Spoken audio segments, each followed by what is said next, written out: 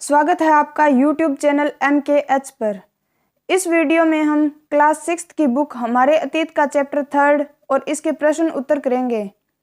इस चैप्टर में भोजन से लेकर बचने की प्रक्रिया तक का वर्णन किया गया है कि लोग किस तरीके से खेती तथा पशुपालन करते थे। भोजन संग्रह से उत्पादन तक, खेती और पशुपालन की शुरुआत। सबसे पहले जिस जंगली जानवर को पालतू बनाया गया वह कुत्ते का जंगली पूर्वज था। इसके बाद धीरे धीरे भेड़ बकरी को पालतू बनाया। बचने की प्रक्रिया। लोगों द्वारा पौधे उगाने और जानवरों की देखभाल करने को बचने की प्रक्रिया का नाम दिया गया है। बचने की प्रक्रिया पूरी दुनिया में धीरे धीरे चलती रही। यह करीब 12,000 साल पहले शुरू हुई। वास्तव में आज हम जो भोजन करते हैं वो इसी बचने की प्रक्रिया की वजह से है। कृषि के लिए अपनाई गई सबसे प्राचीन फसलों में गेहूं तथा जौ आते हैं। उसी तरह सबसे पहले पालतू बनाए गए जानवरों में कुत्ते के बाद भेड़ बकरी आते हैं। मानव के जीवन को स्थायी बनाने वाले कारक कृषि, परिवार तथा पशुपालन थे। पशुओं को चलते फिरते खाद्य भंडार कहा गया। मानव ने यातायात के साधनों के रूप में पशुओं तथा पहिए का प्रयोग किया। कृषक और पशुपालक समूह को इतिहासकार जनजाति समूह कहते हैं। अगर लिखित तालिका से हम यह जान सकते हैं कि कहाँ कहाँ अनाजों और पालतू जानवरों की हड्डियों के अवशेष मिले हैं। इस वीडियो को देखने से पहले आप सेकंड चैप्टर की वीडियो जरूर देखें, क्योंकि उस वीडियो में पूरा स्थलों को मानचित्र पर समझाया गया है ताकि आपको यह टेबल समझने में आसानी हो। अब देखते हैं कि अनाजों और पालतू जानवरों की हड्डियों के अवशेष कहाँ कहाँ से मिले हैं। अनाज और हड्डियाँ, पूरा स्थल। अनाज और हड्डियों में है गेहूँ, जौ, भेड़, बकरी, मवेशी। ये मेहरगढ़ से मिले हैं। मेहरगढ़ जो आधुनिक पाकिस्तान में है। चावल, जानवरों की हड्डियों के टुकड़े, ये कोल्डी हवा से मिले हैं। कोल्डी हवा आधुनिक उत्तर प्रदेश में है। चावल, मवेशी, मिट्टी पर खुरों के निशान, इनके अवशेष महागड्ढा से मिले हैं जो आधुनिक उत्तर प्रदेश में है। गेहूं और दलहन के अवशेष, ये गुफक्राल से मिले हैं। गुफक्राल आधुनिक कश्मीर में है। गेहूं और दलहन, कुत्ते, मवेशी, भैंस, भेड़ बकरी के अवशेष बुर्जहोम से मिले हैं। बुर्जहोम आधुनिक कश्मीर में है। गेहूं, हरे चने, जौ, भैंस, बैल, इनके अवशेष चिरांद से मिले हैं। चिरांद आधुनिक बिहार में है।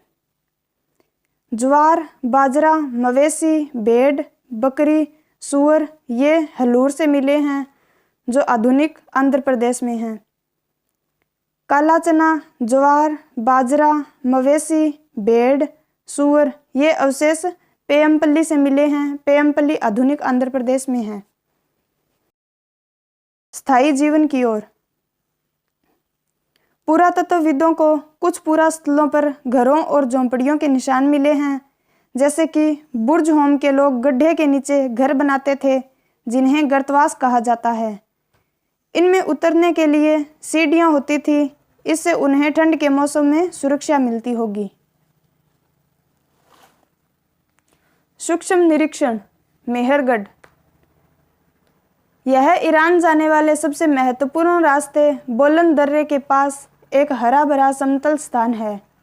मेहरगढ़ संभवतः वह स्थान है जहाँ के लोगों ने इस इलाके में सबसे पहले जौ, गेहूं व भेड़ बकरी पालना सीखा।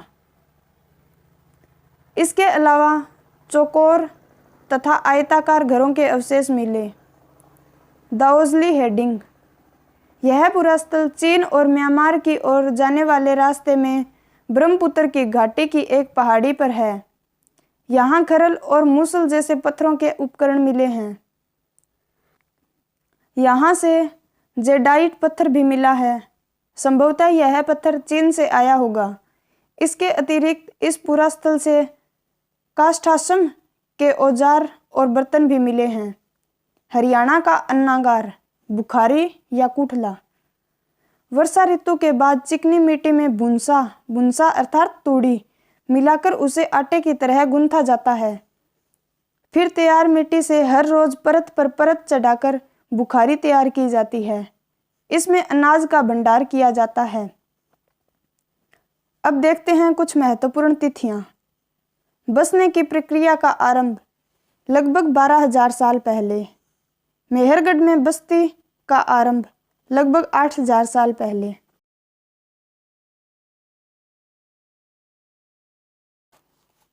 अभ्यास के प्रश्न। प्रश्न 1, खेती करने के लिए लोग एक ही स्थान पर लंबे समय तक क्यों रहते थे? पौधों की देखभाल के लिए कृषि करने वालों को लंबे समय तक एक ही स्थान पर रहना पड़ता था।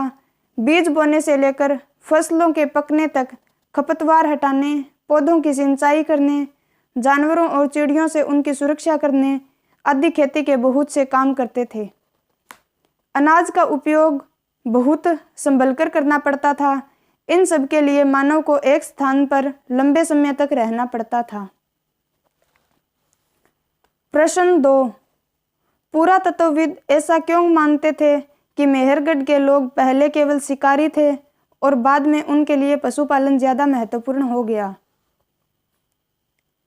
मेहरगढ़ के लोग पहले केवल शिकारी थे और बाद में उनके लिए पशुपालन अधिक महत्वपूर्ण हो गया।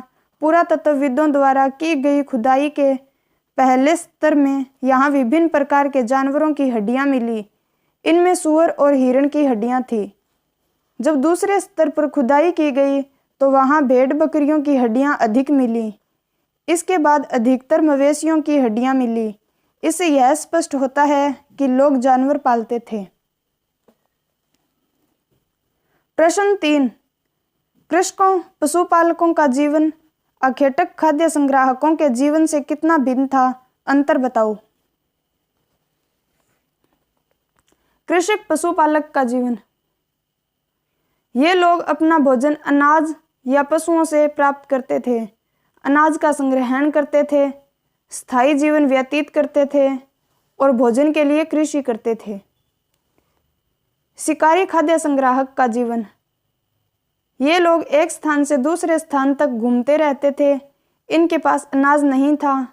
अपना भोजन कंद मूल, फल तथा शिकार द्वारा पशुओं के मांस से प्राप्त करते थे। भोजन के लिए जंगली जानवरों का शिकार करते थे।